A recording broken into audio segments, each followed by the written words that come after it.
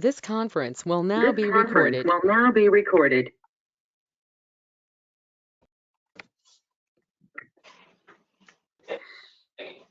good to go. Right morning. It's Wednesday, December 15th, 2021. All of our meeting of the Killeen-Temple Transportation Policy Planning Board into session. And again, if you're on electronically, please make sure to turn your camera on. We do have a quorum. And the next item that we'll have is an opportunity for public comment. There's nobody here from the public, and I'm unaware of anybody that is online to make a public comment there. Okay, thank you. Then we'll move on to item 3 for the staff update. Nelson. Good morning, everybody. As you'll see on your screen and in your packet, we have the upcoming Killeen-Temple meetings listed for you. The 2 in January are proposed to be electronic at this time, and then we'll transition back into in-person meetings in February. Should that need to change, we will let everybody know. Those meetings are all scheduled for 9:30 a.m. Federal and state updates.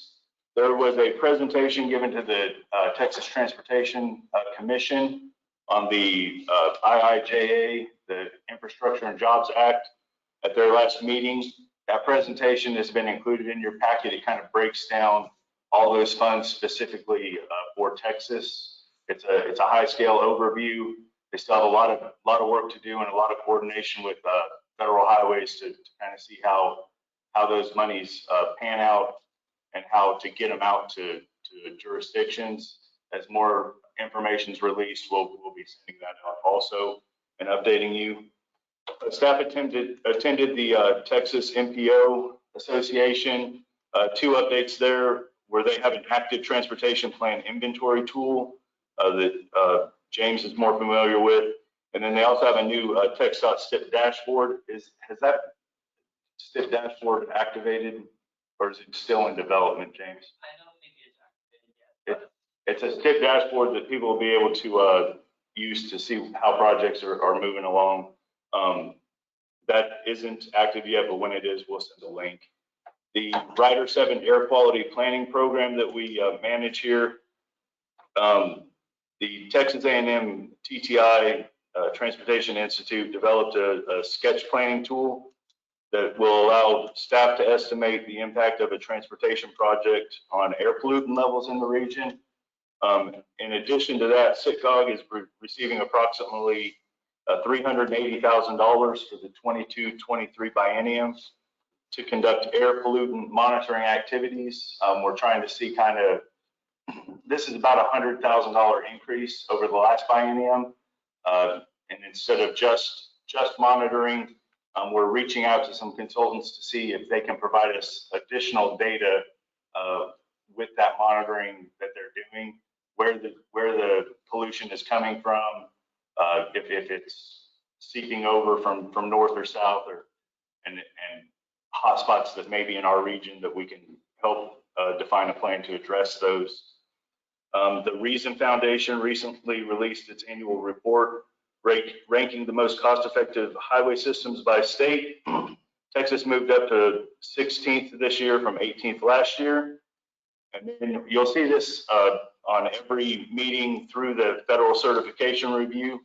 But Killeen-Temple staff will be undergoing our federal certification review this spring. So we have started our conversations with federal highways. That's a requirement. We're required to do that every 4 years, and our time has come. So we may be reaching out to some members for additional info if federal highways needs anything from the actual members. And then our air quality readings were 67 parts per billion and 55 parts per billion. And that is all I have for staff update, unless there are any questions, Mayor. Okay, thank you. Are there any questions from Mr. Nelson? Okay, hearing none, we'll move on to number 4, which would be the action item regarding approval of minutes from the November 17th, 2021 meeting. Are there any additions or corrections to the minutes? If not, we'll entertain a motion. Mayor, I'd like to make a motion to approve the minutes from November 17, 2021. Okay, we have a motion to approve from Mr. Williams, and do we have a second? Second. Any other discussion on the item? Okay, any of those opposed, please state so. Otherwise, we'll assume everyone concurs with approving the minutes. Okay, the minutes are approved. Next item will be item number 5, discussion and action item. Mr. Nelson.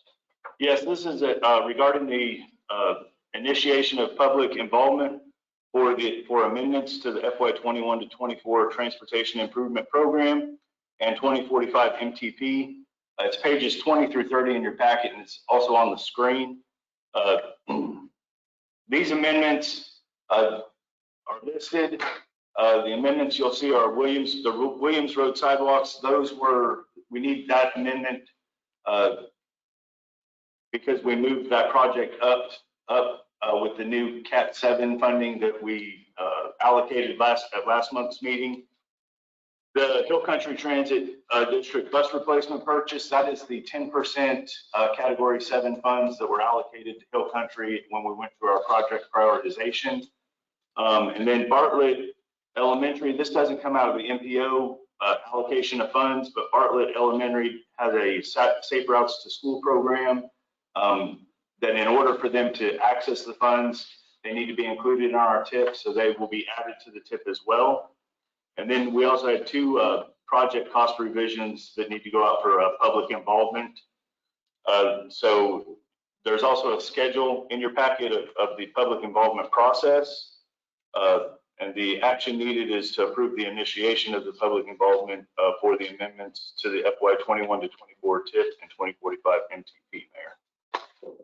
Okay, thank you. And again, do we have a motion to accept?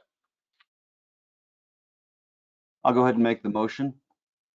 Okay, and you've got the name on that, James? Second, Nash King. Second, Nash King. Second. Maybe that's second Nash King. You got the motion. Who made the actual motion? We didn't see that over here. It was me, Jason Deckman, City Temple. Okay, good. We have a motion and a second. Any further discussion on the item? Okay, anyone that is opposed to this item?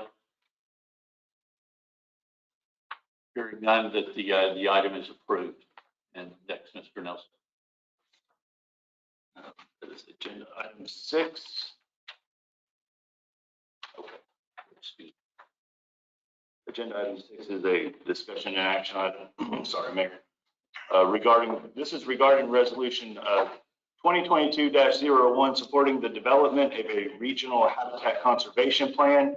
At the November TAC meeting and policy board meetings, Judge Miller gave a presentation on the karst fauna regions in the K-Tempo region and spoke to the need of a habitat conservation plan due to the existence of these and their potential impacts to our projects in our region. Bell County and Coryell County have been working together to start the process of developing that habitat conservation plan. And K-Tempo would like to support the plan development due to its potential impact on these transportation projects in our region. So what we've got in front of you is a resolution supporting the regional habitat conservation plan. This supports the habitat conservation plan as well as allocates funding not to exceed $15,000 for K-Tempo, what would be K-Tempo's portion of the match for the grants that Bell and Coryell counties have applied for through Fish and Wildlife.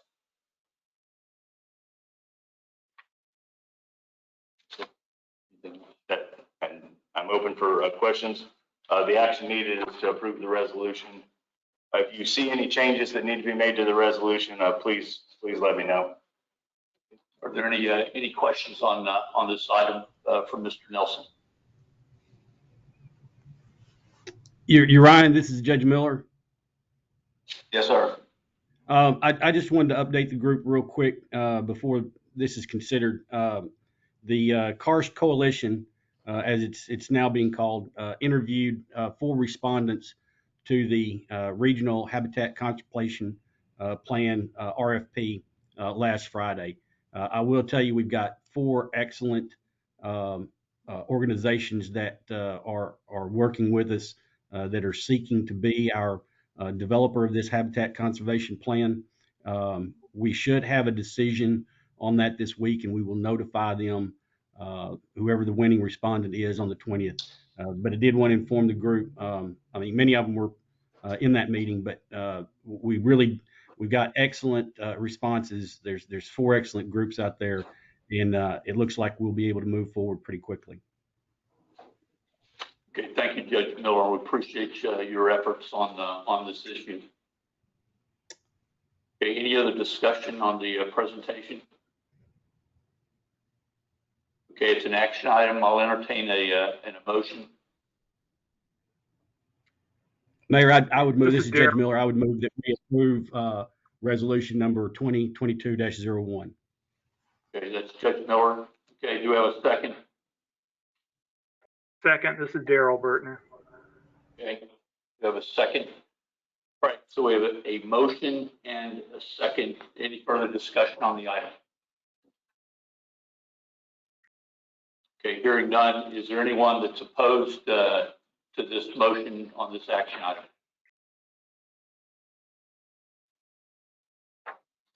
Hearing none, the motion passes. Next item on the agenda is item number 7, discussion and action item. Mr. Nelson. Yes, this is regarding amendments to the FY 22-23 Unified Planning Work Program. That is the budget tool that K-Tempo works to complete their projects.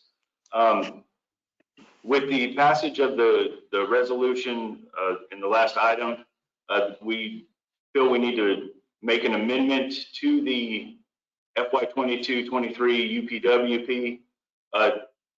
These are highlighted on your screen. These are just narrative. There are no financial implications. I know on the previous item, I spoke to an amount not to exceed $15,000 for the match. That money is available in our current UPWP. We just don't have the language. So what's in front of you is our proposed amendments to the narrative of the UPWP for what we can actually use the funds for. You'll see that Regional Habitat Conservation Plan, and then you'll also see the K-Tempo will continue to update its Regional Thoroughfare Plan and provide assistance to local entities and provide assistance to update their thoroughfare plans. Those 2 statements aren't in there right now. We'd like to add those. So the action needed is to approve the proposed amendments. Okay. Are there any questions for Mr. Nelson on this item?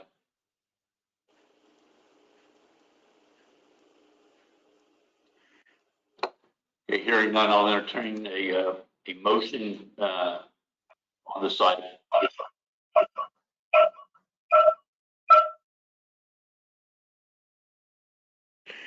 Is that James? Okay. Mayor, I'll go ahead and make a motion to approve the amendments regarding the FY 22-23 Unified Planning Work Program. Okay, thank you. And do I have a second? David Lee, second. Is that James? Yeah. Okay, we have a motion and a second. Any further discussion on the item? Hearing none, is there anyone that is opposed to this motion? Hearing none, the action item is approved, and we'll move on to item number 8. Again, Mr. Nelson. Item number 8 is a discussion item only, and it's regarding the 2023 TxDOT Unified Transportation Plan. That is TxDOT was going to present on this, but they were called to a meeting. The UTP is a 10-year planning document that guides the development of transportation work across Texas. TxDOT has started the development of the 2023 UTP. There is some information in your packet on the process, the timelines, and what funding kind of looks like. As more information becomes available and as they continue through development, TxDOT will have a representative to present on this at an upcoming policy board meeting. Okay, are there any questions or comments for Mr. Nelson on this item?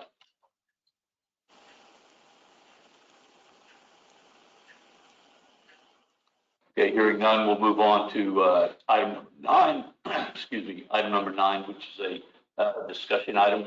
Yes, this is a discussion item regarding the TxDOT Highway Safety Improvement Program. TxDOT does have a member on to provide a short presentation and answer any questions. Lauren, are you on the line? I am. Good morning. Good morning. Okay. Are you going to control it? That's fine if you want to. I'll just tell you a slide and you can move on to the next one. So if you were at the TAC meeting last time, this is much of the same information, but we want to get this information out to a broader audience. So slide, next page. Back in 2019, the Texas Transportation Commission, they adopted the Road to Zero mission. The overall goal of the mission was to reduce fatalities by half by 2035 and eliminate them on Texas roadways by 2050. The Highway Safety Improvement Program, the HSIP, HSIP, you'll hear it called all of those things. It's a tool to help us reach that goal on all public roadways, including non-state owned roadways. It's an annual call for projects, generally comes out every fall. It's federally funded and state administered. Next page. Things to consider if you're looking to submit an HSIP project to the district. Is it consistent with the Texas's SHSP? And you can see on the right-hand side the emphasis areas to the Texas's State Highway Safety Plan. Does it address serious crashes, hot spots, or systemic risk factors? These projects have to be data-driven. Is it a data-driven process? And I can I'll touch on that here in a little bit. Will the project contribute to a reduction of fatal and serious injury crashes? And is it consistent with the district's safety plan, the Waco District Safety Plan? So the past 2 years, the commission said all the TxDOT districts have to come up with a safety plan. How are you going to support our goal of the Road to Zero? So we reviewed in our 8-county area we analyzed all of our crashes and the emphasis areas from the SHSP, and we really focused on our intersection safety, pedestrian safety, and our roadway and lane departure crashes in our district safety plan the past few years. Now moving forward, that may shift and change, and actually the Texas's SHSP is adding a couple more emphasis areas in 2022. And I do see direction coming from the commission, or this is what I'm hearing, is that they're going to be looking for the MPOs and the entities to be submitting their safety plans, MPO safety plans, city safety plans. I know some of our bigger cities, Austin, San Antonio, they already have their safety plans. How are they going to support that mission? So maybe something that's coming, just for everybody to buy in. Everybody, how are they going to support that mission? So next slide. So program funding, it covers 90% of construction cost, and local participation must cover the remaining 10%. HSIP funds exclude design and engineering cost, any environmental permits, right away, any other contingencies, and any other scope that's not approved safety countermeasure. Some changes, go ahead, next page. Some changes that just came was the increased federal share, or the GMATch. So there are some countermeasures or work codes that have been considered for 100% federal funding for off-system projects only, which, well, for off-system projects and on-system, obviously. But so you submit those, TxDOT's Traffic Division and Finance Division review those, and we will communicate that with you if they're approved for 100% federal funding. for the construction cost. So the locals are still on the hook for the right-of-way, design and engineering cost, and all of the additional contingencies, but your construction costs are 100% covered. Next slide. So here is just a kind of a snapshot of where we are currently on our HSIP funding. So you can see all the way to the right is the off system. We're currently 52% funded. The goal is to be a 110% funded. I know we're kind of towards the end of our current call this year. We did with the call last year and this year, we received some changes. Previously, all projects competed on a statewide level. Now the district is given a budget for each category of projects for each fiscal year. And so your local projects are now competing at a district level rather than a statewide level, which is good news for you guys. Next slide. So next is a kind of a timeline of when we start the program. Program call comes out each fall, so the beginning of September. Local projects are due the beginning of October. Our submittals for the district, our entire program, on system and off system, is due to division this week, actually. And then they start reviewing and they will let us know what's approved in March. This timeline is, if you're having an issue in the city, in your area, if there's a hotspot, if you're having multiple complaints, don't hesitate to call. If you're outside of this timeline window, I mean, or the program window, send something over to us and say, look, this is a hotspot. We're having issues in this area. Here's the solution that we're proposing. Send it over to us. Just because it's outside the window doesn't mean that we can't review it and try to squeeze it into the program. Because like I said, if we're having issues, we want to get those issues addressed. But just looking ahead to FY22 or the next year, to know that in FY23 that this is the call is going to be coming out in September, and you can start looking at your data and getting those projects ready because the next call is coming. Next slide. So guidance document to help build your projects. Here's our website. Everything that you need to know to submit your projects to us is on our website. The Texas is SHSP. For those countermeasures are also on this website. Tons of information. Next slide. So some tools that are available to you. You know, previously I mentioned it has to be a data-driven process. Some tools now, this is really the first year that we're able to send this, and they've got this off-system data available for y'all. It's developed by TTI. This is our CAVS data.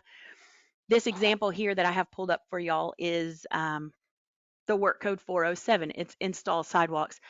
So these are all the crashes. Yeah, if you can see it, this is kind of for the Killeen, Harker Heights, Nolanville area. These are all of the crashes that correlate with that countermeasure. So every one of those little green dots are where crashes occurred that maybe if we would have had sidewalk there, it would have prevented those pedestrian crashes. It's not saying that you're going to have to analyze that data. You're going to have to, maybe there's already a sidewalk there. There's going to have to be some analysis there, but it's a good visualization of that data to kind of see where those crashes are occurring. And I do have this data available for every single one of those work codes, whether it's an install, a traffic signal, whatever. If you just reach out to me, I can get that to you. Next slide. Another tool that we have available for you guys is crash tree analysis. This one here is an example.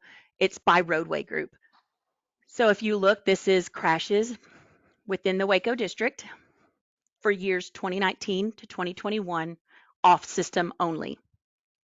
So the red is your fatal and serious injury crashes. So we had a total of 410 serious injury crashes. Then it breaks it down by county roads, city streets, unclassified. So on your city streets, you had 306. It breaks it down even further. Where are those crashes happening? intersections, driveways, and segments.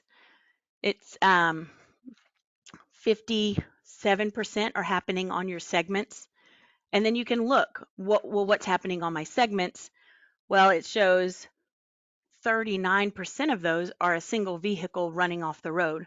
So a majority of my crashes on segments on my city streets are a single vehicle running off the road. Well, that also matches up with our Waco District Safety Plan, because one of our main emphasis areas are roadway and lane departure crashes. And that's why we're focusing on them, because that's where our crashes are happening. So anyway, this is just another tool for you guys to see where the crashes are happening. Same thing, if you look at intersections, you can look at signalized, unsignalized. At the unsignalized, there's angle crashes, 53% are angle crashes at unsignalized intersections. So lots of good tools available for you. One more tool that I'll show you on the next page is our heat maps. We have quite a few heat maps available. This one here is showing you fatal, serious injury, intersection crashes in our district. So this, like I said, this is just an overview. We can look at your area. We can zoom into a specific intersection. If you know that you're having an issue at a specific intersection, we can zoom in, click on those crashes, see what's happening, and try to find some countermeasures to address the issues. So anyway, those are the tools available. Next slide. Any questions? If you want to get a hold of any of this data, any of these tools, if you have any questions, you can email me, call me. I know the last few calls that we have had $2.6 million approved for all local government projects. And I think 1.6 million of that went to the K-Tempo area. So we're getting some good projects to address these issues. We do still have some funding gaps to fill. So, always send us your projects. But yeah, do we have any questions over any of that? Lauren, this is Jason Deckman, City of Temple. Less of a question, more of a compliment. I did get a hold of that CAVS data and have put it on You some of did. our maps. And I used a highly technical term when I downloaded and opened and realized that it was all Google Earth files. Yes. I went, dude, because that's going to make life so easy for folks to break it down, like you showed, the work codes. And what Yes. you start to do is look and find a location where there was an accident that maybe there were several work codes, or there was several accidents that all align with the same work code, along a segment of street. And if you talk about HCIP and, safety, transportation planning in general being a data-driven process, this is going to make that work easy. So thank you very much. Yes, I was excited that they were finally able to get all of this data to the off system this year. The on system, we've had it for a few years now, and it's made, oh my goodness, it's made a difference. So I'm glad that I was able to get that to you and you're able to use it. So yes, if anybody else, wants that data, holler at me and I will get it to them. I'm glad that you are able to use it, Jason. Me too. All right. Well, thank y'all. Anybody else? Okay, thank you, Ms. Wolf. Okay, next item is item number 10, and James. Yes, but we received no public comment since the last meeting. Okay, again, no public comments received. Anything from those participating? Any comments on this item? Okay, hearing none, we'll move on to item number 11, which would be member comments. Do we have any comments from those that are attending the meeting? Merry Christmas. Okay, thank you. Okay, and anything else, Mr. Nelson? We do not have anything else at this time. Okay, any safe rounds for those that are participating? Okay, time is 10 o'clock and we're adjourned. Thank you. Thanks, guys. Thank you, everyone. Merry Christmas.